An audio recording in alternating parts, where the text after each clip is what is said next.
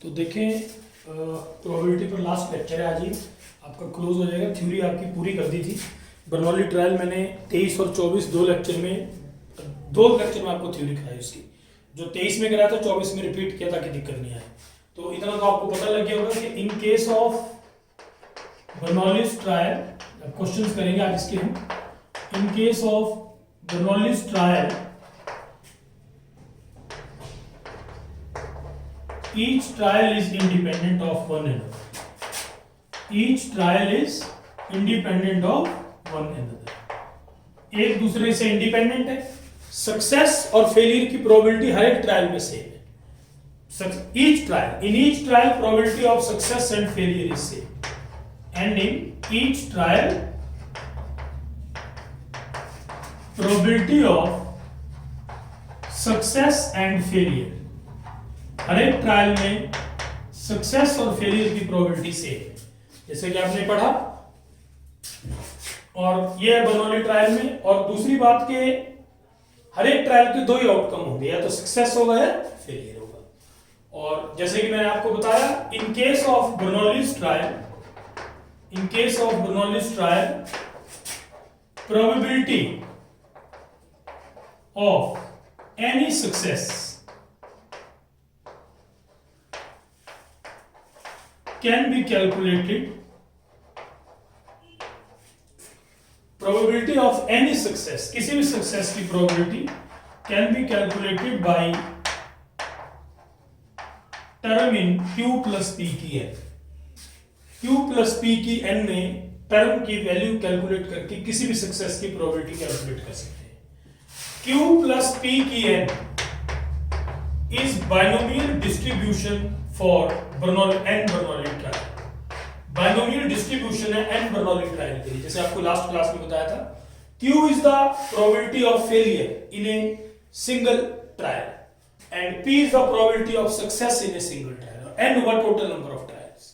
तो पहले तो ये पता होना चाहिए कि बर्नौली ट्रायल है, तो दिखती बात है, फिर उसमें Q plus P की n लगा दें।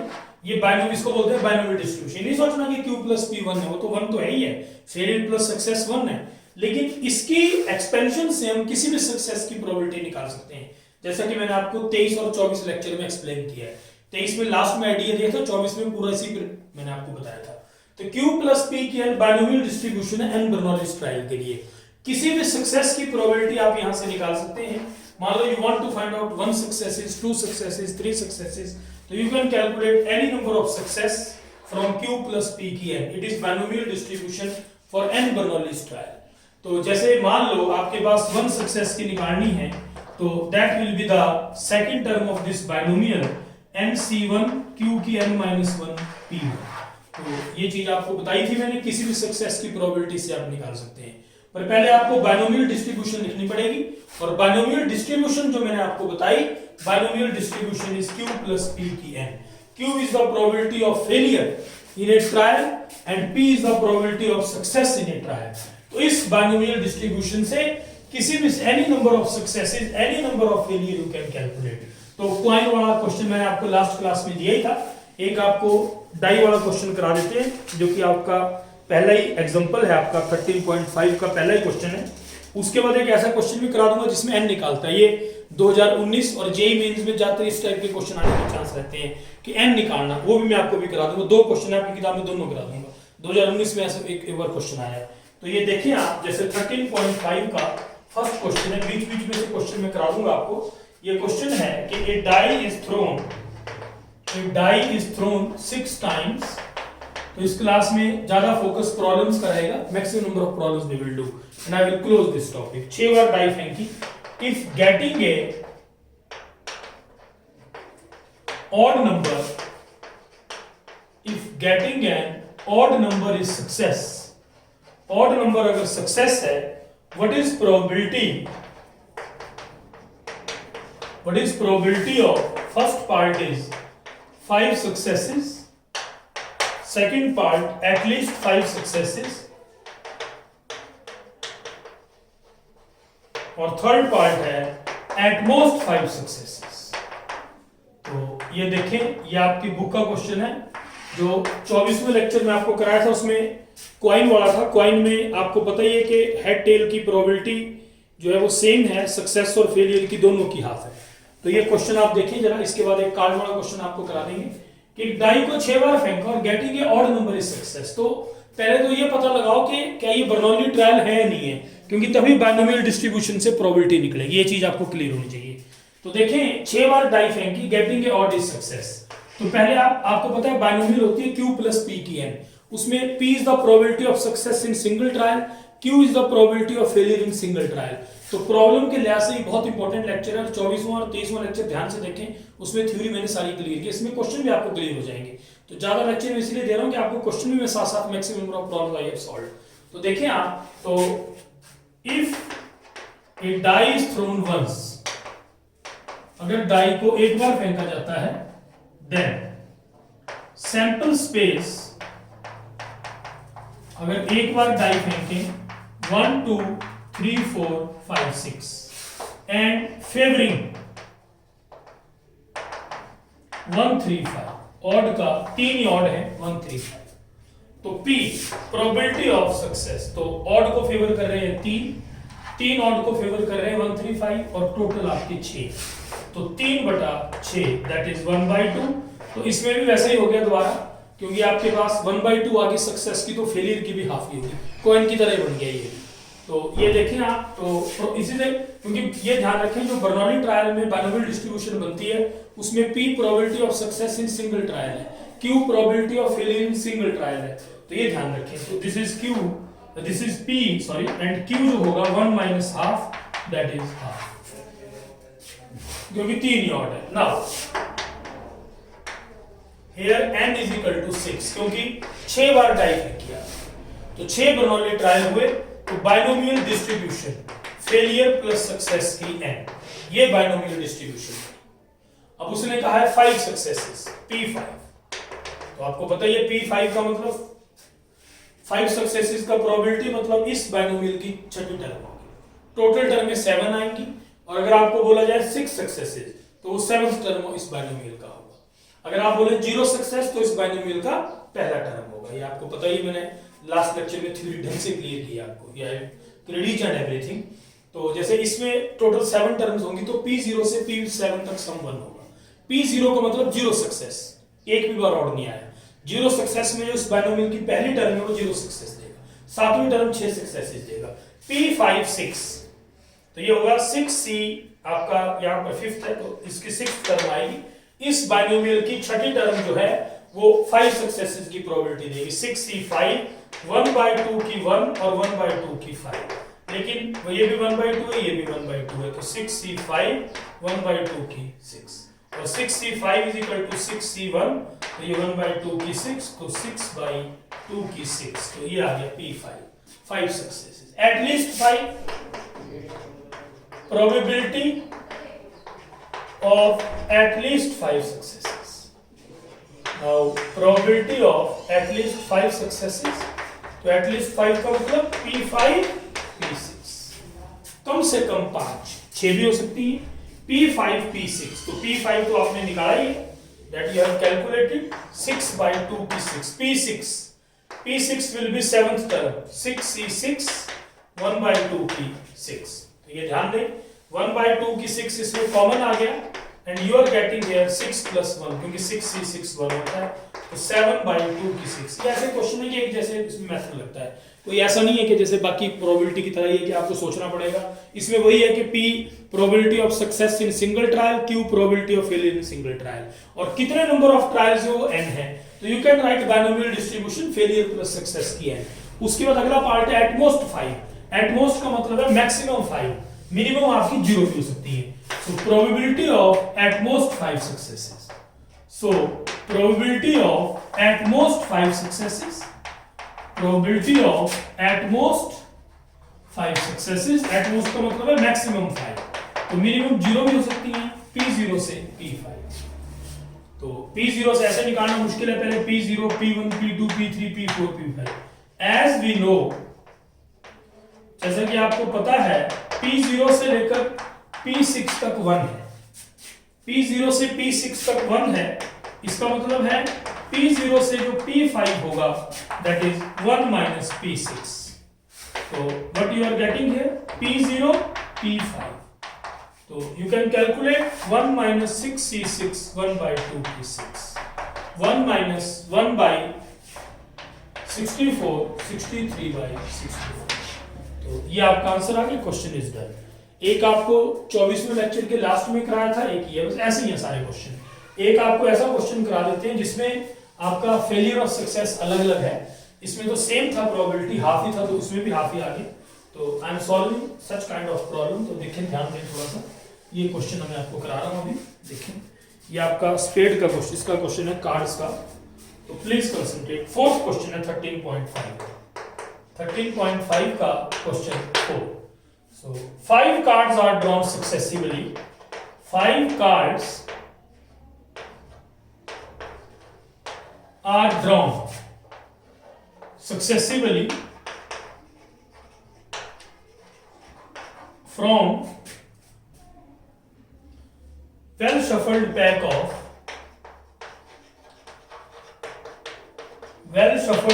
of 52 cards। 5 कार्ड सक्सेसिवली निकाले एक एक करके, सक्सेसिवली समझिए। And with replacement, with replacement का मतलब है कार्ड निकाला, देखा कि क्या है और उसको दोबारा डाल दिया। ये नहीं कि अपने पास रख लिया, वो विदाउट रिप्लेसमेंट होगा। With replacement from well shuffled pack of 52 cards, ये तो लिख दिया मैंने पहले। विद रिप्लेसमेंट निकाले तो what is probability first part all 5 are spade, पांचों के पांचों स्पेड हैं। ओनली 3 आर स्पेड, सिर्फ 3 स्पेड हैं। And none is spade. तो ये देखें, तो अब वहां पर ऐसा होगा नहीं कि ये क्वेश्चन आपका बाइनोमियल का है या किस चीज का है, इट इज नॉट मेंशन। तो ये देखिए, well shuffled pack of 52 card, 52 card है, अच्छे ढंग से शफल किए हुए हैं। उनमें से 5 कार्ड निकाले successively with replacement. With replacement का मतलब है कार्ड निकाला, देखा, दोबारा उसमें डाल दिया, अपने पास नहीं रखा। विद रिप्लेसमेंट निकाले तो प्रोबेबिलिटी निकालनी है कि पांचों के पांचों स्पेड हैं, 3 स्पेड है, नन स्पेड। जब आपको एग्जाम में क्वेश्चन आएगा, जब ये बोर्ड पॉइंट ऑफ व्यू से भी काफी इंपॉर्टेंट है, बोर्ड में क्वेश्चन यहां से मैक्सिमम आता है, तो बोर्ड पॉइंट ऑफ व्यू से भी इंपॉर्टेंट और कंपटीशन में तो है ही। पहले तो आपको ये पता लगाना पड़ेगा कि क्या ये उससे बाइनोमियल डिस्ट्रीब्यूशन से होगा या नहीं होगा। जो मतलब आपने सक्सेसिवली किए, विद रिप्लेसमेंट किए। तो मैंने आपको पहले बताया था कि बर्नौली ट्रायल में सक्सेस और फेलियर की प्रोबेबिलिटी हर एक ट्रायल में सेम होती है। एंड ईच ट्रायल इज मतलब इंडिपेंडेंट है दूसरे का, trials are independent of each other. 5 बार आपने कार्ड निकाले सक्सेसिवली, तो पहले ये पता करो कि जो कार्ड आपने निकाले सक्सेसिवली, जो कार्ड निकाले, क्या वो कार्ड में आपका रिप्लेसमेंट अलाउड है? नहीं, बिल्कुल एब्सोल्यूट रिप्लेसमेंट है। तो आपको पता 13 के सूट होते हैं, 13 हार्ट, 13 स्पेड, 13 क्लब, 13 डायमंड। तो स्पेड की प्रोबेबिलिटी 1/4 है सिंगल में।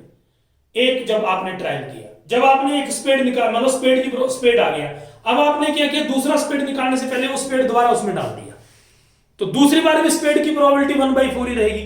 तीसरी फिर दोबारा डाल दिया तो तीसरा निकालने से पहले, तो हर एक बार स्पेड की प्रोबेबिलिटी 1/4 है। It means in each trial the probability of success is same. हर एक ट्रायल में सक्सेस की प्रोबेबिलिटी सेम है। अगर सक्सेस की प्रोबेबिलिटी सेम है तो इसका मतलब है दे आर बर्नौलीज ट्रायल। तो 101% दे आर बर्नौली ट्रायल। तो ये मतलब बर्नौली ट्रायल है। दिखती बात है, मैंने आपको थ्योरी, लेकिन सबसे पहले थ्योरी क्लियर होना बहुत जरूरी है। तो ये बर्नौली ट्रायल है क्योंकि सक्सेस की प्रोबेबिलिटी हर एक ट्रायल में सेम है और फेलियर की भी सेम है। स्पेड आने की 1/4 है, नहीं आने की 1 - 1/4 3/4 है। 5 बार आपने एक्सपेरिमेंट किया, पांचों ट्रायल में सक्सेस और फेलियर की प्रोबेबिलिटी सेम है। Hence we can say that these trials are Bernoulli's trial. ये बर्नौली ट्रायल है, ये हम कंफर्म हो गए, इट इज श्योर। तो इसका मतलब बाइनोमियल डिस्ट्रीब्यूशन से क्वेश्चन होगा, ये सबसे बड़ी बात है। पहले तो ये पता लगा है, सिंपल सी बात है। सक्सेस और फेलियर की प्रोबेबिलिटी हर एक ट्रायल में सेम है, इंडिपेंडेंट होनी चाहिए। और दूसरी बात, हर एक ट्रायल के 2 ही आउटकम होने चाहिए, सक्सेस या फेलियर। तो these trials are Bernoulli trial, we are sure. Balls के केस में रिप्लेसमेंट अलाउड है, कार्ड्स के केस में रिप्लेसमेंट अलाउड है, वो बर्नौली ट्रायल है। अगर आप क्वाइन फेंक रहे हैं, डाई फेंक रहे हैं, वो तो बर्नौली है ही है, क्योंकि हर एक ट्रायल में सक्सेस और फेलियर की प्रोबेबिलिटी सेम रहेगी, दिखती बात है। तो ये चीज क्लियर होनी चाहिए। तो डाई और कॉइन में तो दिक्कत नहीं है, लेकिन कार्ड्स का केस है, बॉल्स का केस है, तब होगा जब रिप्लेसमेंट अलाउड है। तो लिखेंगे let P be probability of getting a spade in single trial. Spade की प्रोबेबिलिटी सिंगल ट्रायल में P है। सो P स्पेड 13 है, 13/52 1/4, तो स्पेड की आई 1/4 सिंगल ट्रायल में, एक बार जब एक्सपेरिमेंट आपने किया। नॉन स्पेड फेलियर की 1 - 1/4 3/4। मैंने आपको बताया कि क्वेश्चन सारे एक जैसे हैं, इतना तो आपको समझ आ गया कि बॉल्स के केस में रिप्लेसमेंट अलाउड है, कार्ड्स के केस में रिप्लेसमेंट अलाउड है, तो बर्नौली ट्रायल लगेगा, और बाकी डाई और उसमें तो लगेगा। तो फेलियर आ गया, सक्सेस आ गया। अब आप मतलब इसकी प्रोबेबिलिटी निकालने के लिए we will make use of binomial distribution. So here n = 5, क्योंकि जो 5 बार ये एक्सपेरिमेंट किया गया, 5 बार आपने कार्ड निकाले, तो 5 बार एक्सपेरिमेंट हुआ। सो बाइनोमियल डिस्ट्रीब्यूशन, तो बाइनोमियल डिस्ट्रीब्यूशन होगा 3/4 + 1/4 की 5 q + p की है। तो पहला पार्ट है ऑल 5 आर स्पेड, पहले 5 के 5 स्पेड है, तो इसका मतलब प्रोबेबिलिटी ऑफ 5 सक्सेसेस। तो 5 सक्सेसेस का मतलब है, आपको पता है ये बाइनोमियल डिस्ट्रीब्यूशन है, इसमें 0 सक्सेस की जो प्रोबेबिलिटी है उसकी फर्स्ट टर्म होगी, 1 सक्सेस की जो प्रोबेबिलिटी है उसकी दूसरी टर्म होगी, 2 सक्सेसेस की जो प्रोबेबिलिटी है उसकी तीसरी टर्म होगी, 5 सक्सेसेस की प्रोबेबिलिटी इसकी 6th टर्म होगी। वो आपको पता ही है, इसकी 6th टर्म 5c 5 3/4 की 0 1/4 की 5, एक पांचों के पांचों आपके स्पेड आए। तो this is the required answer 1/4 की 5। ऑल 5 आर स्पेड, मतलब 5 successes. We are getting here 5 successes. उसके बाद है P3, only 3 are spade, 3 successes. 3 successes का मतलब है 3 सक्सेसेस की प्रोबेबिलिटी निकालनी है बच्चे, तो इस बाइनोमियल की 4th टर्म होगी। तो what you will get here, वो आपको बताया मैंने, पहले थोड़ी क्लियर किया। इसमें 0 सक्सेस मतलब पहले टर्म, 1 सक्सेस मतलब इसकी दूसरी टर्म। अब इसकी इस बाइनोमियल की आपने 3 सक्सेसेस, इस बाइनोमियल की 4th टर्म ऐसे लिख सकते हैं T4 इन 3/4 + 1/4 की 5, मतलब जो नंबर ऑफ सक्सेसेस निकालना है उससे एक ज्यादा टर्म जो है उस बाइनोमियल की होगी। अगर 3 सक्सेसेस निकालनी है, क्योंकि जब आप 0 सक्सेस निकालेंगे तो उस बाइनोमियल की पहली टर्म आएगी। When you are finding 3 successes, it means it is 4th term in this binomial, इस बाइनोमियल की चौथी टर्म है। तो चौथी टर्म होगी, आपको पता ही है, अगर 4th है तो एक कम हो जाता है, 5c3 3। अब इसमें अलग अलग है, सक्सेस फेलियर अलग है, सक्सेस अलग है, तो 3/4 दोनों का डिफरेंस करें 2 1/4 की 3। तो बच्चे 5c3 हो गया 5c2, और ये आ गया 3/4 की 2 1/4 की 3। 5c2 10 होता है, तो 10 × 9/4 की power 5। So this is the answer, only 3 are spared। उसके बाद है नन स्पेड, कोई भी स्पेड नहीं, तो वो देखें नन स्पेड मतलब P0 5c0, तो 0 सक्सेस। 0 सक्सेस का मतलब है कोई भी स्पेड नहीं है। 5c0 3/4 की 5 1/4 की 0 सक्सेस हुई, कोई भी स्पेड नहीं। तो ये क्वेश्चन आपका कंप्लीट हुआ। 4th क्वेश्चन इज 3.5 का 4th क्वेश्चन। बस ऐसे ही है सारे क्वेश्चन, तो कहीं कोई दिक्कत वाली बात नहीं। एक वैसा क्वेश्चन आपको करा देता हूं जिसमें n निकालना है। 2 क्वेश्चन है, ये क्वेश्चन आईटी में आएगा, आपकी बुक में सॉल्व एग्जांपल है, तो let I am taking that solve example, और उसके बाद आपका फिर एक अनसॉल्व्ड इस टाइप में, वो मैं आपको करा दूंगा। तो वो देखें सॉल्व क्वेश्चन जो है, ये देखें, ये क्वेश्चन है प्रोबेबिलिटी ऑफ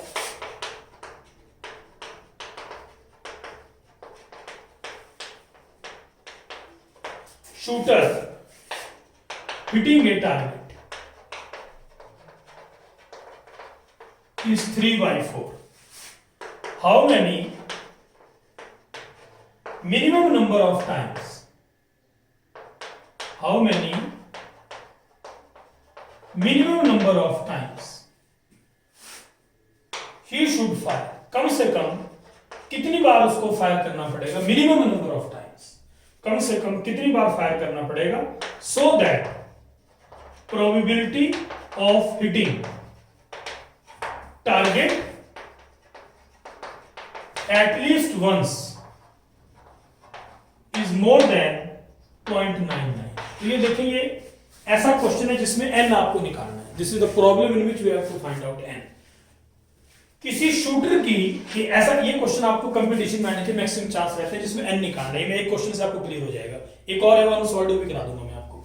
किसी शूटर की टारगेट को हिट करने की प्रोबेबिलिटी 3/4 है, टारगेट को हिट करे उसकी प्रोबेबिलिटी 3/4 है।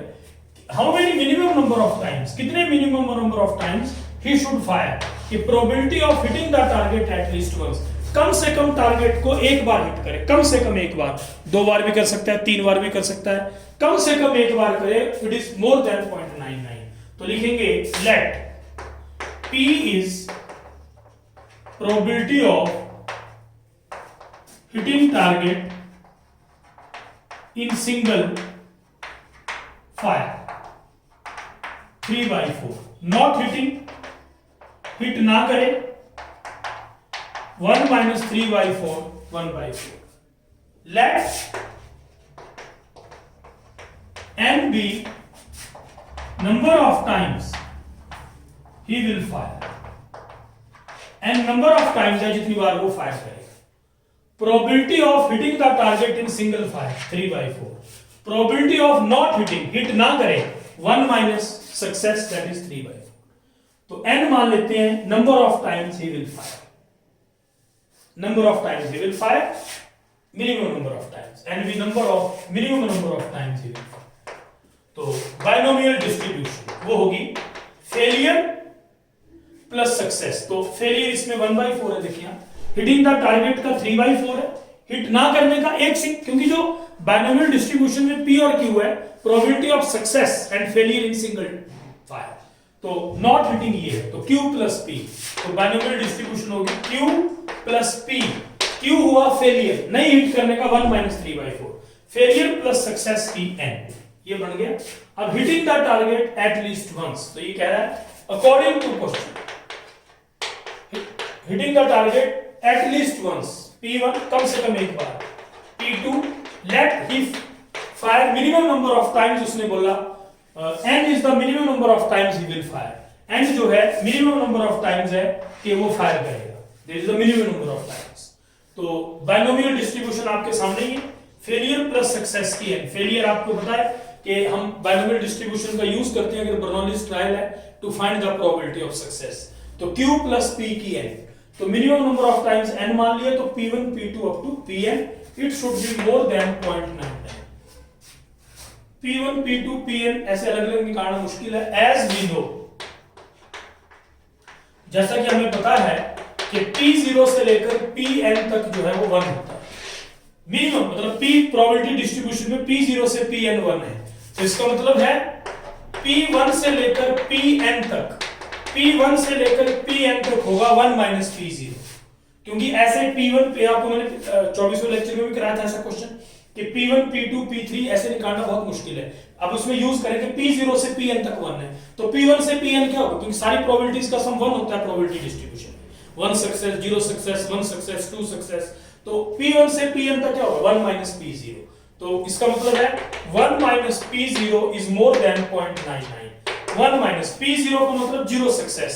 तो ये जो बाइनोमियल डिस्ट्रीब्यूशन है Q + P की n, इस बाइनोमियल की जो पहली टर्म होगी आपकी वो 0 सक्सेस देगी, इस बाइनोमियल की first term you will gate 0 success, तो फर्स्ट टर्म निकालें इसका, दैट इज NC0, 1/4 की n, it is more than 0.99, NC0 3/1, क्योंकि आपको पता A + B की n की जनरल टर्म आपको पता ही होगी, जिसको याद नहीं हो देखिए TR + 1 इन A + B की n, बाइनोमियल आपने पढ़ी है, TR + 1 क्या होता है, जैसे मान लो R + 1 इस टर्म में, तो NC A का R + 1 से कम क्या होगा, NCR आ जाएगा, A की पावर होगा दोनों का डिफरेंस, ये आ जाएगा n - R, B की A की जो पावर है दोनों का डिफरेंस होगा, B की पावर ये होगा, तो हर एक टर्म में A और B की पावर का सम n रहना चाहिए, तो इसकी P0 मतलब P0 का मतलब 0 सक्सेस, इस बाइनोमियल की पहली टर्म, NC0 1/4 की n ग्रेटर देन 0.99, तो यहां से आप मिनिमम n की वैल्यू आ जाएगी, देखिए आप ध्यान दें थोड़ा सा, तो it is a very very important question regarding competition, यहां से ये क्वेश्चन आया हुआ है कि कंपटीशन पॉइंट ऑफ व्यू से ये बहुत इंपॉर्टेंट है। एक और क्वेश्चन अनसॉल्व्ड मैं अभी करा रहा हूं, तो ये देखिए ये बन गया, इसके 0.99 दोनों तरफ ऐड -0.99 आप ऐड कर दें, तो -1/4 की n, it is greater than 0। अब 1/, क्योंकि इनइक्वालिटी में ऐसे में तो इधर लेंगे उधर लेंगे, -0.99 ऐड किया, अब आप ये ऐड करें तो ये बन गया 1 - 0.99 ग्रेटर देन 1/4 की n। तो यहां से 1 - 99/100 ग्रेटर देन 1/4 की n। तो ये आ गया 1/100 ग्रेटर देन 1/4 की n। इन अब उल्टा करते हैं तो इनइक्वालिटी रिवर्स हो जाती है। 100 लेस देन 4 की n, 4 की n ग्रेटर देन 100, 4 की n ग्रेटर देन 100। तो आप देखें 4 की n आपका 100 से बड़ा है। अब आपको पता है n को 3 डालेंगे तो आपका 4 की n it is greater than 100। तो अगर n को आप 3 डालेंगे तो 64 आएगा, आपको पता ही है n को 3 डाल के 64 आएगा। तो इसका मतलब है अगर n मिनिमम 4 है तो इससे 100 से बड़ा ही आएगा, क्योंकि 4 पे 4 4 जार 16, 4 जार 64, 4 जार 256। तो n को अगर 4 डालेंगे तो 250, क्योंकि पॉजिटिव इंटीजर होगा ही। अगर आप इसमें n को 3 डालेंगे तो 64 आएगा, तो छोटा हो जाएगा मतलब 100 से। तो इसका मतलब है that is minimum value of n, minimum value of n satisfying it, वो हुई 4। So minimum number of times that you should fire is 4। तो इसका मतलब है that is minimum number of times you should fire 4। क्या लिख सकते हैं? That is minimum number of times he should fire, minimum number of times जितनी बार उसको फायर करना पड़ेगा वो 4 है। तो 4 are the minimum number of times that you should fire. तो ये चीज क्लियर करें, मिनिमम नंबर ऑफ टाइम्स जितनी बार उसको फायर करना पड़ेगा that is 4। So n here is 4। ये चीज क्लियर करें। उसके बाद एक और देखें आप, ऐसा ही क्वेश्चन एक और है आपकी बुक में, मिसलेनियस में अनसॉल्व्ड क्वेश्चन है। ये देखें आप थोड़ा सा, this is unsolved question of miscellaneous. ये है, देखिए 10th क्वेश्चन है। हाउ मेनी टाइम्स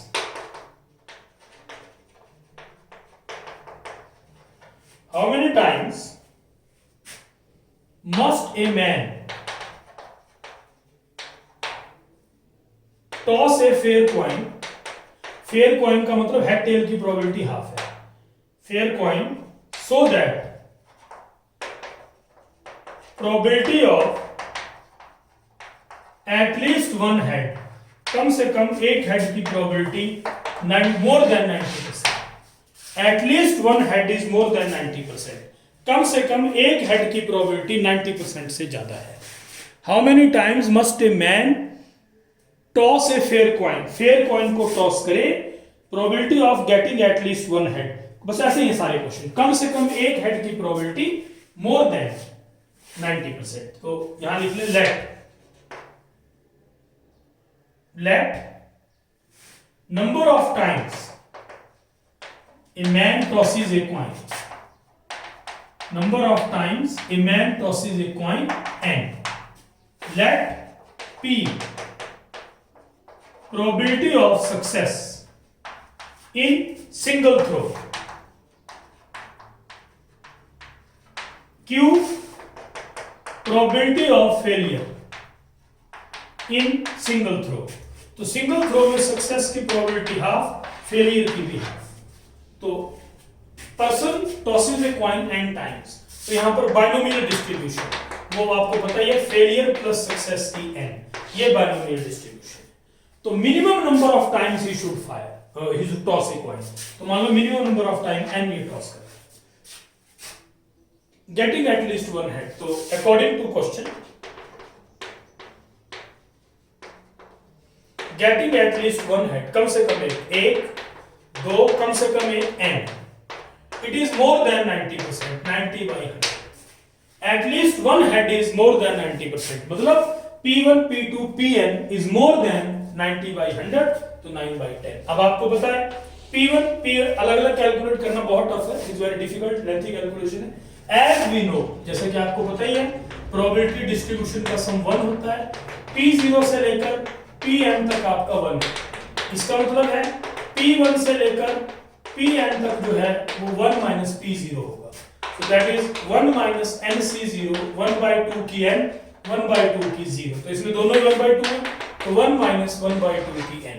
तो ये आ गया, तो ये वैल्यू डाल दें। इसका मतलब है व्हाट डज इट मीन, 1 - 1/2 की n greater than 9/10।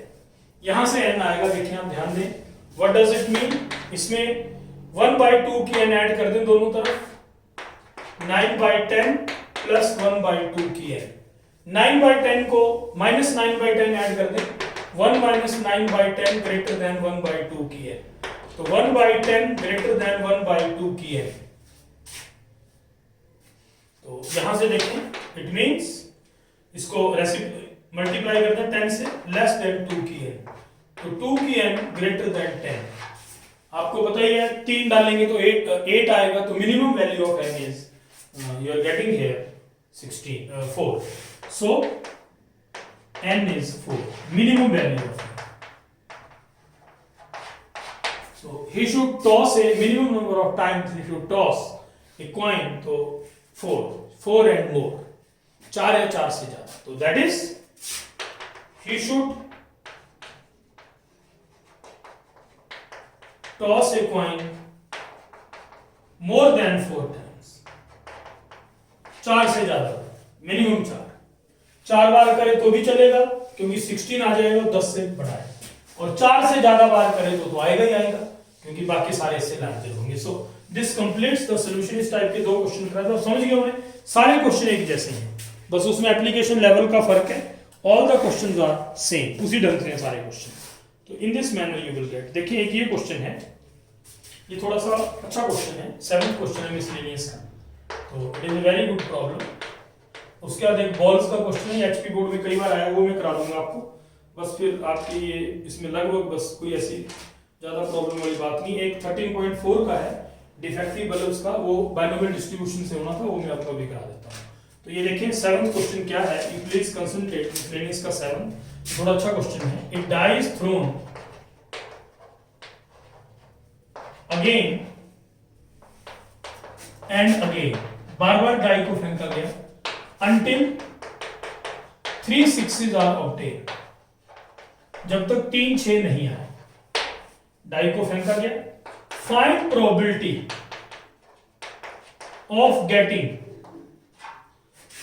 Of getting third 6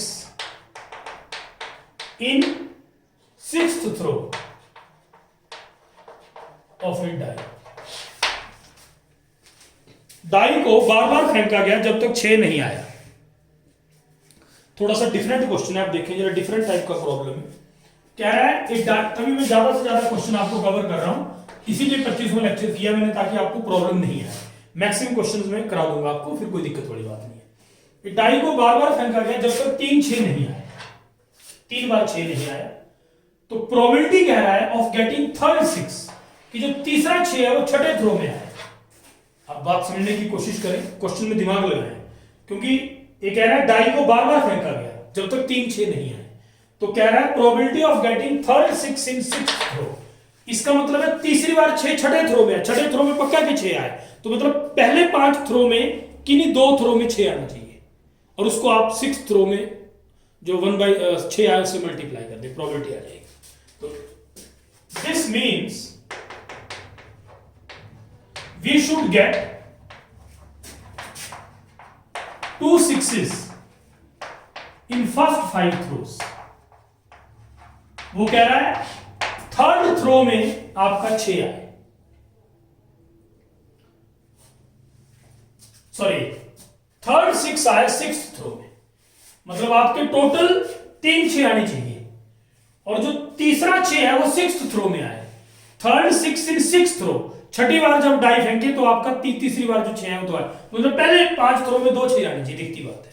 तो what you will get probability of 2 6s in first 5 throws, and you will multiply that with 1/6 such that you will get 6th throw में 1/6 आए, तो ये answer आ जाएगा। तो देखें आप, तो let P probability of getting a 6 in single throw, probability of getting a 6 in single throw, तो P होगा 1/6, Q not getting 5/6, नहीं आए। Now if we throw 5 times, then n is equal to 5, तो binomial distribution for 5 throws, 5 throw के लिए binomial distribution होगा failure plus success की n, failure plus success की n, क्योंकि हर एक थ्रो में हर एक नंबर आने की प्रोबेबिलिटी 1/6 है हर एक थ्रो। तो 5 थ्रो के लिए बाइनोमियल डिस्ट्रीब्यूशन ये बनेगा। नाउ P2 2 बार 6 आए पहले 5 में, 2 सक्सेसेस इन फर्स्ट 5 थ्रो। क्या मतलब है? 2 बार 6 आया पहले 5 में, कहीं भी आ सकता है, पहले 5 थ्रो में 2 बार 6 कहीं भी आ सकता है। तो you will get 2 successes in first 5 throw, 2 sixes in first 5 throw, मतलब P2 का मतलब 2 सक्सेसेस इस बाइनोमियल की थर्ड टर्म होगी। तो व्हाट डज इट मीन?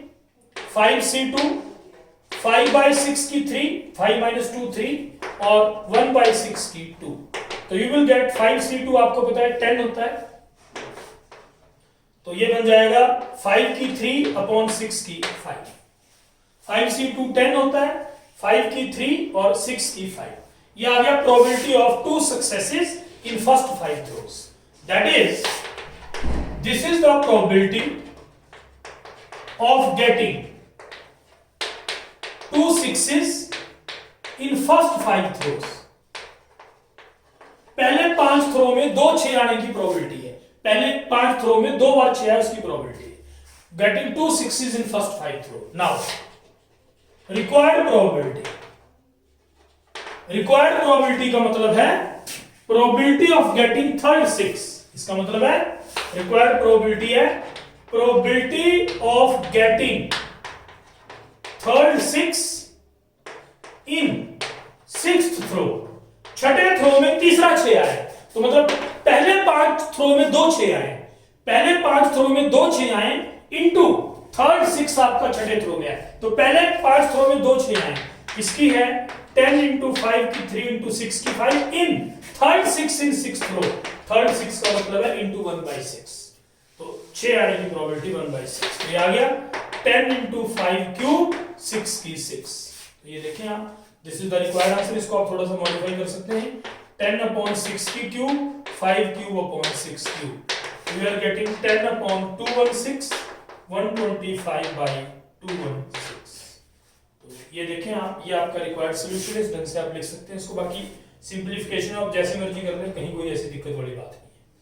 तो ये ऐसे लिखना, ऐसे छोड़ दें, कोई दिक्कत नहीं है। तो व्हाट यू विल गेट है, इसको आप अगर 2 × 5 करना है तो 2 × 5 की 4/6 की 6, क्योंकि इसको 2 × 5 लिख दिया, ये 5 की 4 हो गया, 6 की 6। ऐसे कर लो, जैसे लिख लो, आपकी मर्जी है। This is the answer. तो इस क्वेश्चन का मेन बहुत अच्छा क्वेश्चन है। इसका मतलब है डाई को फेंकते रहे जब तक 3 बार 6 नहीं आए। तो थर्ड 6 इन 6 थ्रोज, इसका मतलब है पहले 5 थ्रो में 2 6 आए और उसको मल्टीप्लाई कर दें 1/6 से, such that you will get third 6 in 6th throw. So this is the required solution. आप देखिए, ये रिक्वायर्ड सॉल्यूशन है, इस ढंग से आप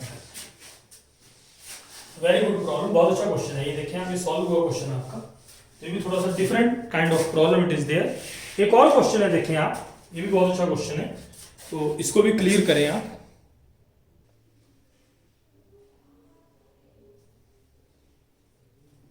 तो ये देखें, ये क्वेश्चन है, एक हर्डल रेस है, player has to cross 10 hurdles. बड़ा अलग क्वेश्चन है, ये देखें आप, थोड़ा सा different kind of problem it is. इसके बाद आपको 13.4 का क्वेश्चन करा देंगे। तो ये मिसलेनियस का आपका छठा क्वेश्चन है, sorry yes, is question number 6। Hurdle race में प्लेयर को 10 हर्डल्स क्रॉस करनी है।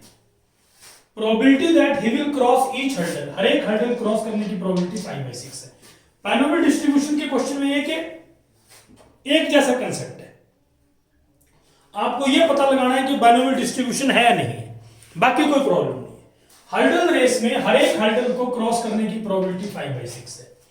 What is the probability he will knock down fewer than 2 hurdles, 2 hurdle से पहले गिर जाए, 2 हर्डल से पहले गिर जाए, कहने का मतलब P0 P1।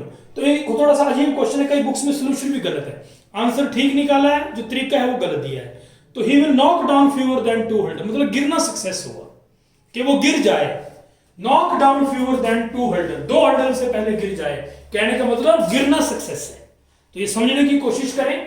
Hair not crossing A hurdle, not crossing A hurdle is success. Hurdle cross नहीं करे ये success, not crossing A hurdle, hurdle को क्रॉस नहीं करे ये सक्सेस है। तो ही will cross each hurdle is 5/6। ये देखें तो दैट इज क्यू 5/6 कि वो क्रॉस कर जाए तो वो फेलियर होगी, क्योंकि वो कह रहा है he will knock down fewer than 2 hurdle, 2 hurdle से पहले गिर जाए, 2 हर्डल से पहले गिर जाए। इसका क्या मतलब है? Knock down fewer than 2 hurdles, it means गिरना सक्सेस हुआ, क्रॉस नहीं करना सक्सेस है। तो not crossing A hurdle is success. तो Q हो गया 5/6, P हो गया 1/6। अब इतना तो आपको क्लियर है कि क्वेश्चन में ये क्लियर होना चाहिए कि बर्नौली ट्रायल है, नहीं बर्नौली ट्रायल है, क्योंकि हर्डल को क्रॉस करने की प्रोबेबिलिटी जो है वो 5/6 है, तो नहीं क्रॉस करने की 1/6 है। तो दिखती बात है क्रॉस करेगा नहीं करेगा इंडिपेंडेंट डिपेंड है। हर एक बार क्रॉस नहीं करने की प्रोबेबिलिटी वही रहेगी जो क्रॉस नहीं करने की पहली बारी में, तो उससे कोई फर्क नहीं पड़ेगा। 10 हर्डल्स टोटल है, तो n आपका 10 हो गया है, n is 10। He will cross each hurdle, हर एक हर्डल को क्रॉस करे, तो क्रॉस करने की 5/6 है, कहने का मतलब वो फेलियर हो गया। और सक्सेस हो गया कि वो गिरे, तो गिर अगर क्रॉस करने की 5/6 है तो गिरने की 1/6 है। हर्डल आपकी 10 है, 10 हर्डल्स है टोटल जो उसने क्रॉस करनी है। तो इस बात को समझने की कोशिश करें। What is the main thing in Bernoulli trial?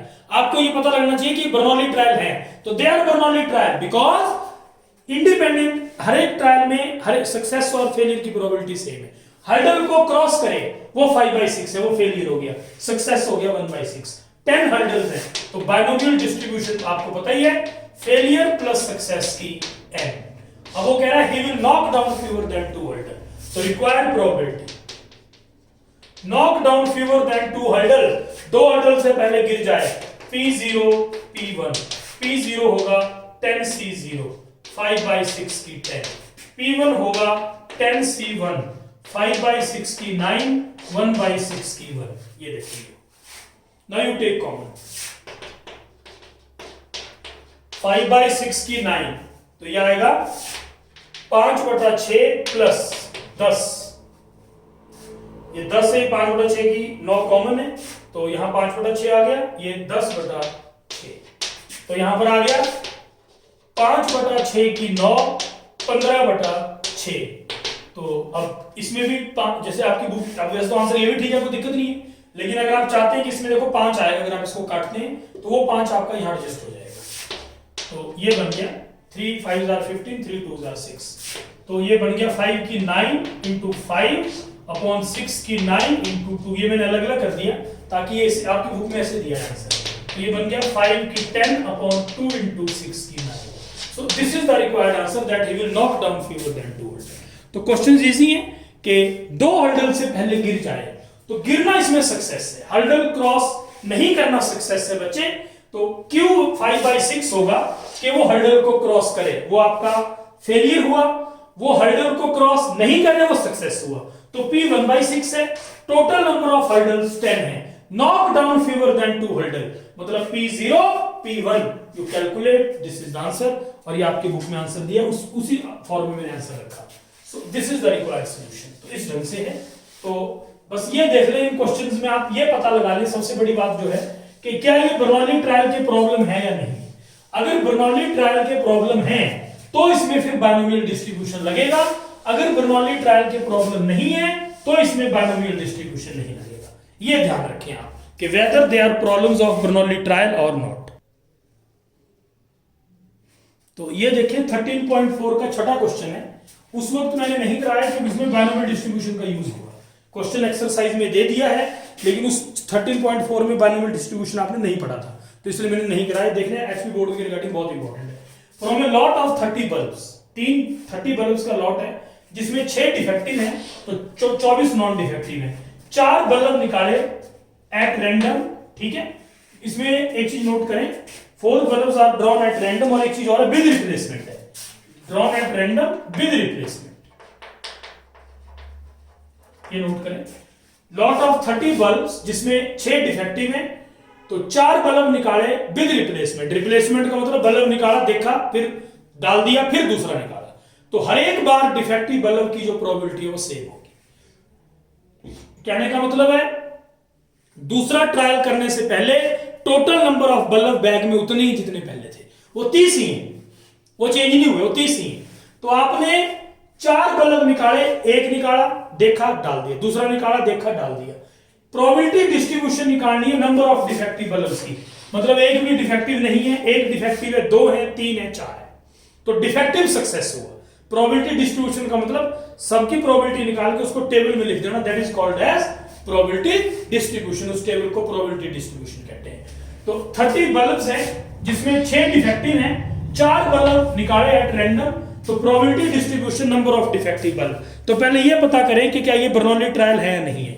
तो they are Bernoulli trial, 101% they are Bernoulli trial. Why?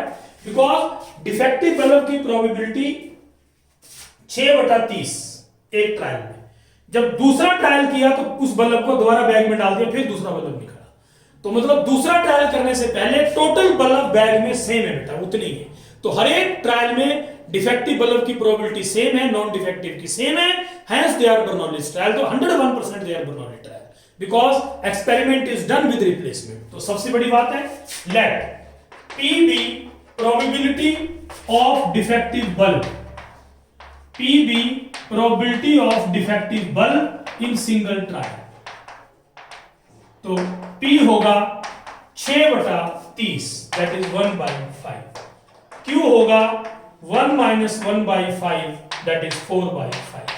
तो नॉन डिफेक्टिव की 4/5, लेकिन यहां पर डिफेक्टिव सक्सेस लेंगे क्योंकि प्रोबेबिलिटी डिस्ट्रीब्यूशन पूछ रहा है डिफेक्टिव बल्ब की।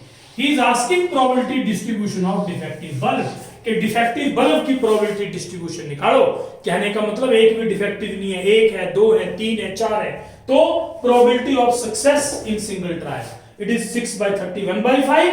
डिफेक्टिव नहीं आया 4/5, डिफेक्टिव आना सक्सेस है क्योंकि वो पूछ रहा है probability distribution of defective bulb. Very very important question regarding your board exam. Board exam में ऐसे क्वेश्चन आते हैं, तो ध्यान दें। सक्सेस की प्रोबेबिलिटी हो गई, फेलियर की हो गई। तो कितने बल्ब निकाले बेटा? टोटल जो बल्ब निकाले, probability sample of 4 bulb, 4 bulb निकाले, तो n हो गया 4। रिप्लेसमेंट से निकाले, तो मैंने आपको कहा था बॉल्स के क्वेश्चन है जिसमें रिप्लेसमेंट है, उसमें बर्नौली ट्रायल है। अगर आपका डाई है तो वो तो बर्नौली ट्रायल है ही है, कॉइन है वो बर्नौली ट्रायल है ही है। बात समझ गए मेरी? बॉल्स हुई, बल्ब्स हुए, विद रिप्लेसमेंट करते हैं, they are Bernoulli trial because probability of success and failure in each trial is same. ये बात समझने की कोशिश करें। तो यहां पर n4 हो गया, तो बाइनोमियल डिस्ट्रीब्यूशन होगी 4/5 प्लस 1/5 की 4। ये बाइनोमियल डिस्ट्रीब्यूशन। तो नंबर ऑफ डिफेक्टिव बल्ब का प्रोबेबिलिटी P0 का मतलब एक भी डिफेक्टिव नहीं आया, 0 सक्सेस। 4C0, 0 सक्सेस का मतलब इस बाइनोमियल की कौन सी टर्म होगी? पहली टर्म। इस बाइनोमियल एक्सपेंशन की पहली टर्म जब आप लिखेंगे, टोटल 5 टर्में होंगी, 0 सक्सेस, 1 सक्सेस, 2, 3, 4। तो 0 सक्सेस का मतलब इस बाइनोमियल की फर्स्ट टर्म, तो 4/5 की 4। P1 4C1, 4/5 की 3, 1/5 की 1। P2 4C2, 4/5 की 2, 1/5 की 2। P3 4C3, 4/5 की 1, 1/5 की 3। P4 4C4, 4/5 की 0, 1/5 की 4। तो ये आपका 0 success, 1 success, 2 success, 3 success, 4 success. They are Bernoulli trial. ये बर्नौली ट्रायल है क्योंकि आपकी भी रिप्लेसमेंट है। इसको टेबल फॉर्म में अगर आप लिख देते हैं तो this is called as probability distribution for number of defective bulbs.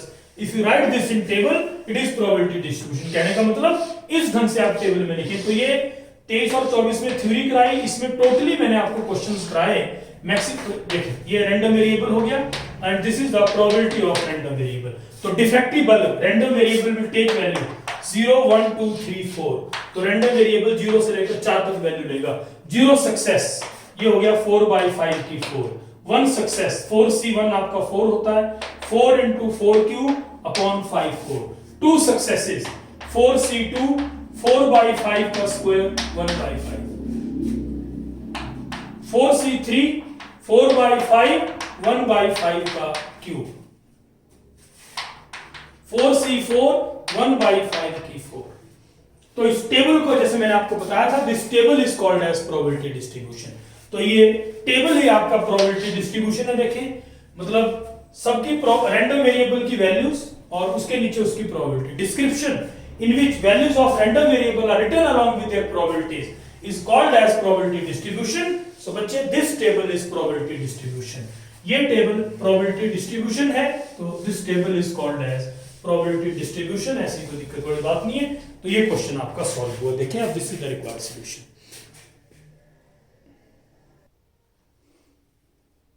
तो ये देखिए क्वेश्चन है, a man takes a step forward. Step आगे लेने की प्रोबेबिलिटी 0.4 है, पीछे लेने की प्रोबेबिलिटी 0.6 है। प्रोबेबिलिटी निकालनी है at the end of 11 steps. जब वो 11 स्टेप्स ले चुका होगा कि he is 1 step away from starting point. Starting point से एक स्टेप दूर है। अब उसने ये नहीं कहा आगे या पीछे है, he is not set this thing. ध्यान से सुने, आईटी 1987 का क्वेश्चन है, कंपटीशन का क्वेश्चन है। देखें स्टेप फॉरवर्ड ले, आगे स्टेप ले उसकी प्रोबेबिलिटी 0.4 है, पीछे ले उसकी प्रोबेबिलिटी 0.6 है। कह रहा है at the end of 11 steps, जब वो 11 स्टेप्स ले चुका होगा, what is the probability he is 1 step away from starting point. Starting point से एक स्टेप दूर है, तो एक स्टेप दूर का मतलब वो आगे भी हो सकता है पीछे भी हो सकता है। उसने ये नहीं बोला कि आगे ही, उसने बोला अवे, दूर है, तो आगे भी हो सकता है पीछे भी हो सकता है। What does it mean? अब इसमें थोड़ा सा मतलब क्वेश्चन को आप सोचें, इसका क्या मतलब है। Problem means he has taken 5 steps forward and 6 backwards। 5 आगे लिए 6 पीछे लिए, और 5 आगे लिए 6 पीछे लिए, या और 6 steps backward and 5 forward। इसके दो मतलब है। प्रॉब्लम का मतलब है 5 स्टेप आगे लिए 6 स्टेप पीछे लिए, 5 आगे 6 पीछे, तो एक स्टेप स्टार्टिंग पॉइंट से परे वो पीछे हुआ। या ऐसा भी हो सकता है 6 आगे लिए 6 पीछे लिए 5 आगे लिए। तो ये समझने की कोशिश करें क्या मतलब हुआ। 5 स्टेप अगर आगे लेगा तो 6 पीछे लेगा, तो भी एक स्टेप वो स्टार्टिंग पॉइंट से परे है। या 6 स्टेप पीछे लेगा 5 आगे लेगा, तो कहने का मतलब अगर वो 5 स्टेप आगे लेता है तो दिखती बात है 6 पीछे लेगा। एक चीज क्लियर है, अगर वो 6 पीछे लेता है तो 5 वो आगे लेगा, एक ही बात है। तो इसका मतलब है if we take forward step as success, forward step को हम अगर सक्सेस लें तो क्या मतलब है इसका। स्टेप आगे लेना अगर सक्सेस है, what does it mean. 5 step आगे लेगा तो 6 पीछे लेगा, या 6 पीछे लेगा तो 5 आगे लेगा, तो कहने का मतलब स्टार्टिंग पॉइंट से 1 स्टेप अवे है। तो व्हाट डज इट मीन, अगर हम फॉरवर्ड को सक्सेस लें तो it means either 5 step forward और 6 स्टेप फॉरवर्ड। 5 आगे लेगा तो 6 नहीं लेगा, 6 आगे लेगा तो 5 नहीं लेगा। अगर 5 आगे लेगा तो 6 पीछे लेगा, दिखती बात है। तो ये वाला केस आ गया। और दूसरे में 6 आगे लेगा तो 5 पीछे लेगा, तभी एक स्टेप दूर है स्टार्टिंग पॉइंट से। इसका मतलब अगर फॉरवर्ड स्टेप को हम सक्सेस लेने हैं तो रिक्वायर्ड प्रोबेबिलिटी होगी P5 प्लस P6, ये होगा। तो अब ये देखें बर्नौली ट्रायल है। क्यों है बर्नौली ट्रायल? क्योंकि फॉरवर्ड की 0.4 है, बैकवर्ड की 0.6 है। हर एक स्टेप में मतलब ट्रायल में सक्सेस और फेलियर की प्रोबेबिलिटी सेम है। तो कहने का ये मतलब हुआ हेयर P आगे लेने की 0.4 है, 0.4, बैकवर्ड की 0.6, पीछे लेने की 0.6, number of steps and also N11, total number 11 step हुए। तो बाइनोमियल डिस्ट्रीब्यूशन वो बनेगी 0.6 प्लस 0.4 की 11। ये समझने आप, या इसको आप ऐसे लिख लें Q प्लस P की 11। तो 5 आगे लेगा या 6 आगे लेगा। 5 आगे लेगा तो दिखती बात है 5 सक्सेसिव तो 6 फेलियर हुई। अगर आप 6 आगे लेते हैं तो 5 पीछे लेगा, तो स्टार्टिंग पॉइंट से एक स्टेप वो दूरी है। तो Q प्लस P की 11 आगे, इसको देखिए कैलकुलेट करें तो ये बन गया, क्योंकि इसमें मैंने Q प्लस P इसलिए लिया कि फिर कॉमन भी आ जाएगा, उससे इजी रहेगी कैलकुलेशन। ऐसे थोड़ी सी कैलकुलेशन बढ़ जाती है। तो देखिए P5, तो इसमें P5 प्लस P6, तो P5 जो होगा इसका मतलब इस बाइनोमियल की 6th टर्म है। 6th term will be 5 successes, 11C5, Q की 6, P की 5, 11C। यहां पे देखें पांचवी अगर है, पांचवी सक्सेस है तो छठी टर्म है। अगर छठी सक्सेस है तो 7वीं टर्म है 11C6, Q की 5, P की 6। तो आपको पता है 11C5 और 11C6 सेम होता है, क्योंकि NCR is equal to NCN minus R, you know this thing. NCR is equal to NCN minus R, तो 11C5 इसमें कॉमन आ गया, और इसमें देखें Q की 5 P की 5 भी कॉमन आ गया, अंदर बचा आपका Q प्लस P। इससे कैलकुलेशन इजी हो गया। अगर आप 0.6 0.4 से करते हैं तो भी एक ही बात है, पर P और Q लिख लो, बाद में फिर पॉइंट की वैल्यू डाल देंगे, एक ही बात है। तो ये बन गया 11C5 and your this Q की 5 P की 5 P प्लस Q आपका 1 है, तो what you will get here 11C5, तो ये बन गया PQ की 5, you will get here PQ की 5। तो ये देखें कितना बनेगा, this comes out to be, P उसने दिया है आपका आगे लेने की 0.4 है, तो 11C5 0.4 into 0.6 की पावर 5, यू आर गेटिंग है 0.4 into 0.6 की पावर 5, तो that you are getting here 0.24 की 5। अगर कैलकुलेशन ज्यादा हो जाए तो उसको ऐसे छोड़ दें, कोई ऐसी दिक्कत वाली बात नहीं है। 0.24 की 5, तो ये 11C5 into 0.24 की 5, तो ये आंसर आया। देखिए बहुत अच्छा क्वेश्चन है, आगे स्टेप लेने की दी है, पीछे स्टेप लेने की दी है, तो इसका मतलब है 5 आगे लेगा या 6 आगे लेगा, he is 1 step away from starting point. Very good problem, बहुत अच्छा क्वेश्चन है ये। देखिए मतलब बहुत कंसेप्ट क्लियरिंग क्वेश्चन है, लॉजिक लगेगा कि 5 स्टेप आगे या 5-6 स्टेप आगे, तो 5 आगे लेगा तो ऑब्वियसली 6 पीछे लेगा, तो ये चीज क्लियर हो गई। और इसकी अगर कैलकुलेशन आप करते हैं तो बुक में दिया after calculating you will gate 0.37, after this calculating you will gate 0.37, तो 0.24 की 5 आप कैलकुलेट कर लें, और जो 11C5 है वो 462 है। 11C5 अगर आप देखें उसको आप कर सकते हैं 10 9 8 7 नीचे 5 4, अगर टाइम है तो कैलकुलेट कर लें, ऐसी कोई अगर लेंथ कैलकुलेशन में छोड़ भी देते हैं तो कोई दिक्कत नहीं होती। ये बन गया देखिए आप 3 3 4 9, तो you will get here into 40 462, तो ये 462 आ गया, और उसके बाद उसने 0.24 की 5 दिया है, तो ये भी आप कैलकुलेट कर सकते हैं 24/100 24/100 24/100 24/100 24/100, तो 20 आपको पता है 576 होता है, 576 होता है, तो 576 into 24 into 10 की पावर 10, तो after calculating you will gate 0.37, अगर आप ऐसे भी छोड़ दें कोई दिक्कत नहीं, this is the required answer. तो ये बहुत अच्छा क्वेश्चन है, अगर आप देखें वेरी गुड प्रॉब्लम, इससे काफी हद तक आपका कंसेप्ट क्लियर होगा, तो इस क्वेश्चन को ध्यान से करें आप, बहुत अच्छा क्वेश्चन है, गुड प्रॉब्लम। तो ये देखिए मिसलेनियस का 5वां क्वेश्चन है, ये बहुत अच्छा क्वेश्चन है, आप इसको ध्यान दें, थोड़ा सा कंसेप्ट क्लियर होगा इससे आपका। मिसलेनियस का 5th क्वेश्चन है, अर्न में, अर्न का मतलब बैग में 25 बॉल्स हैं, 10 बॉल्स एक्स मार्क 10 बॉल पे लगा है, वाई मार्क 15 बॉलों पे वाई मार्क।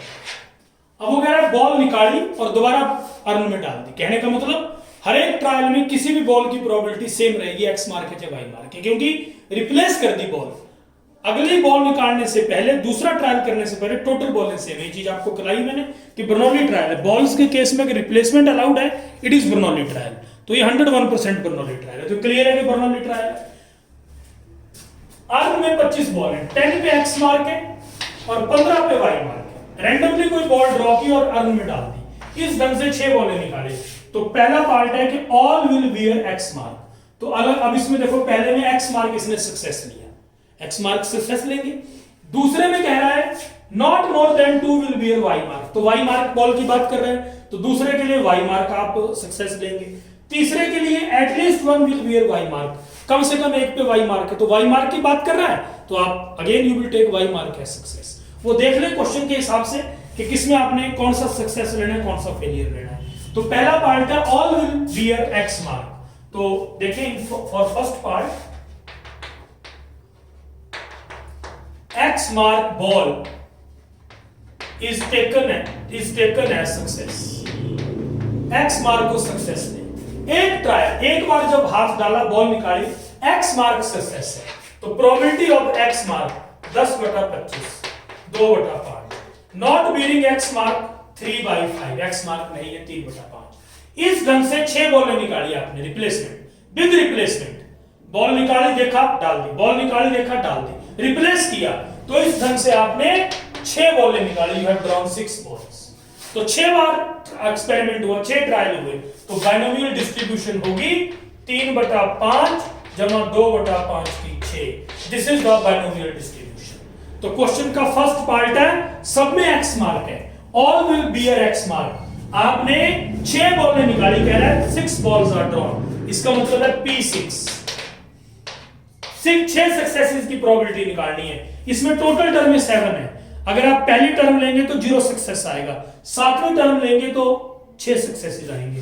तो 6 successes means 7th term in 3/5 2/5 की 6, इसमें 7वीं टर्म, तो 7वीं टर्म होगी 6C6, 3/5 की 0 2/5 की 6, तो ये हुई 7वीं टर्म। 6 आपके पास सारी successes, all will bear X mark, not 2 more than 2 will bear Y mark. 2 से ज्यादा पे वाई मार्क नहीं है, 2 से ज्यादा पे वाई मार्क नहीं है, मतलब एटमोस्ट 2 पे वाई मार्क है। तो इसमें for second part consider Y mark as success. Second के लिए वाई मार्क को सक्सेस ले लें, वाई मार्क सक्सेस, तो वाई मार्क सक्सेस ले लें। तो सेकंड पार्ट के लिए P, क्योंकि वाई मार्क देखिए जिसकी बात कर रहा है वो सक्सेस है, यहां पर एक्स मार्क की बात कर रहा है तो एक्स मार्क सक्सेस है। और वो जो बर्नौली ट्रायल में P और Q होता है, मतलब बर्नौली ट्रायल की जो बाइनोमियल डिस्ट्रीब्यूशन है उसमें जो P और Q है वो सक्सेस और फेलियर की प्रोबेबिलिटी एक ट्रायल में है। तो P जो होगा वाई मार्क सक्सेस है 15/25, तो Q होगा 2/5। तो बाइनोमियल डिस्ट्रीब्यूशन आपको पता ही है, फेलियर प्लस सक्सेस की n, टोटल बॉलें आपने 6 निकाली। Not more than 2 will bear Y mark, 2 से ज्यादा पे वाई मार्क नहीं है, कहने का मतलब required. At most 2 is having Y mark, P0 P1 P2, you can calculate, कोई दिक्कत नहीं, आप निकाल सकते हैं, कहीं कोई प्रॉब्लम वाली बात नहीं है। कैलकुलेशन P0 निकाल लें, P1 निकाल लें, P2 ऐड कर दें, आंसर। अगला पार्ट है at least 1 will bear Y mark, कम से कम एक पर वाई मार्क है, इसका क्या मतलब है, एटलीस्ट 1, तो इसके लिए भी वाई मार्क सक्सेस है। For third part again consider Y mark as success, third के लिए भी वाई मार्क को सक्सेस है, कम से कम एक पे वाई मार्क है, कम से कम एक, P1 P2 और टोटल बॉलें 6, कम से कम एक पे वाई मार्क, एक भी हो सकता है, 2 भी हो सकता है, 3 पे भी, 4 पे भी 6। एज वी नो, आपको पता है प्रोबेबिलिटी डिस्ट्रीब्यूशन का सम 1 होता है, P0 से लेकर P6 तक 1 है, इसका मतलब है P1 से लेकर P6 तक होगा 1 minus P0, 1 minus P0, 0 success, 0 success ये आ जाएगा आपका 6C0 और 2/5 की 6, तो ये बन गया 1 माइनस, तो 2 की 6 आपको पता है 64 और 5 की 6 आप कैलकुलेट कर लें, तो ये आंसर आ जाएगा आपका at least 1 will bear Y mark, कम से कम एक पे वाई है, एक पे भी, 2 पे भी, 3 पे भी, 6 पे भी। तो P1 से लेकर P6, तो P0 से P6 तक 1 होता है, तो P1 से P6 तक होगा 1 minus P0, so this is the required answer, ये आ गया। अगला पार्ट है number of X mark and Y mark are equal, X mark और वाई मार्क इक्वल है, इसका मतलब है इसमें आप किसी को भी सक्सेस ले लो, एक्स मार्क को ले लो चाहे वाई मार्क को ले लो, आपकी मर्जी है, क्योंकि दोनों इक्वल है। 6 बॉल हैं, 3 एक्स मार्क है, 3 वाई मार्क है, तो एक्स वाई से कर ले चाहे एक्स से कर ले। जैसे वाई मार्क की प्रोबेबिलिटी लिखी है आपने बाइनोमियल डिस्ट्रीब्यूशन, इसमें वाई मार्क का बाइनोमियल डिस्ट्रीब्यूशन लिखा है, तो 3 वाई मार्क आएंगी, अगर 3 वाई मार्क आएंगी तो 3 एक्स मार्क आएंगी, तो P3 का मतलब इस बाइनोमियल की आपकी 4th टर्म। एक देखें प्रोबेबिलिटी में सब कुछ बता रहे हैं, कई ऐसे तो नॉर्मल बुक्स में है नहीं ये चीज, लेकिन कई बुक्स में दी है, मैं आपको बता देता हूं, आप पढ़ें तो कहीं कंफ्यूज नहीं हो। उसमें दिया होता है odds in favour of event, odds in favour of an event, if odds in favour of an event are 2:5, ये ऐसा दिया होता है, देन प्रोबेबिलिटी ऑफ सक्सेस, तो सक्सेस की प्रोबेबिलिटी होगी 2/7, ये ध्यान रखें। मतलब odds in favour of event 2:5 है, मतलब 2 फेवर कर रहे हैं, 5 डिसफेवर कर रहे हैं, तो मतलब 2 के हो गया आपका फेवर, 5 के हो गया मतलब फेलियर, तो फेवरिंग अपॉन टोटल 2/7। तो ये ध्यान रखें, अगर ऐसा दिया है odds in favour of event 2:5, इसका मतलब probability of success 2/7, probability of failure, और प्रोबेबिलिटी ऑफ फेलियर होगी 5/7। तो ये नोट करें, odds in favour of A event अगर आपको 2:5 दिया है, इसका मतलब है प्रोबेबिलिटी ऑफ सक्सेस होगी 2/7 और फेलियर होगी 5/7। कई बुक्स में, पुरानी जो किताबें उसमें क्वेश्चन है, कई बार बच्चे के पास किताब होती है तो वो कंफ्यूज नहीं हो, इसलिए मैंने आपको बता दिया। ऑड्स इन फेवर 2:5, सक्सेस की प्रोबेबिलिटी 2/7, फेलियर की 5/7। अगर आपको दिया है if odds against an event are, अगर ऑड्स अगेंस्ट आपके 3:4 है, तो इसका मतलब है probability of failure, odds against अगर 3:4 है तो फेलियर की प्रोबेबिलिटी होगी 3/7, और सक्सेस की एंड प्रोबेबिलिटी ऑफ सक्सेस 4/7। तो ये ध्यान रखें, ऑड्स इन फेवर अगर 2:5 है तो सक्सेस की होगी 2/7 और आपका फेलियर क्या होगा 5/7।